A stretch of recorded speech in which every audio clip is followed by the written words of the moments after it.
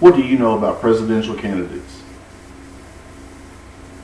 Do you know what they truly believe in politically? Do you know what their personal values are? Would you be aware if they had personal agendas that will affect their actions once elected? I don't have the answer to any of these questions, but I do know of a group of people with a far deeper understanding in these aspects than your average American. Those people make up the Electoral College. The Electoral College was created by the founders of our nation in 1787. It was created with the intention of balancing state and federal interests. It was created with the intention to increase the weight of votes received from smaller states. And it was created to keep the election process independent of political manipulation.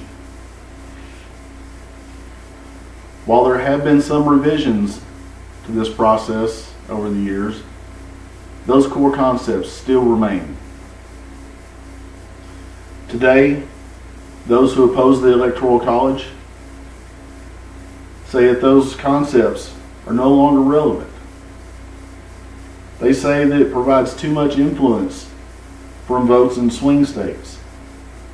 They also say that it creates an election that does not represent the will of the population as a whole. Those who support the Electoral College argue that it does insulate the election from uninformed, possibly uneducated voters having too much influence. Secondly, it creates a system where the states are represented more equally. Lastly, it supports our two-party system based on Republican and Democratic parties that guarantees a majority winner of the election.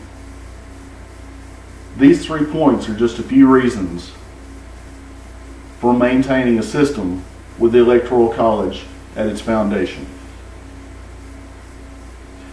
In reference to the potentially uninformed voters, the fact is the average American receives the bulk of their information about a presidential candidate from mass media. Within that mass media, you'll find reporters, columnists, and radio hosts with their own personal agendas. Those agendas are going to affect the information they disseminate to the public. Elizabeth Greco reports that 45% of Americans use Facebook as a resource for news. Of those people, half of them only use Facebook. In light of recent events, how much do you trust Facebook as a news source? Secondly, the Electoral College allows the entire nation to play a part in the election process. No matter the size or population of the state, it provides for more equal representation. That equal representation supports any candidate wishing to win an election must find support from multiple regions, because no one region holds enough electoral votes to secure a victory. Additionally, the Electoral College helps to maintain our two-party system, Republican and Democrat. Through that, we were ensured a majority winner of the election. Without the two-party system, multiple candidates could spread the percentage of votes so widely that our president would be elected with a very small percentage of support.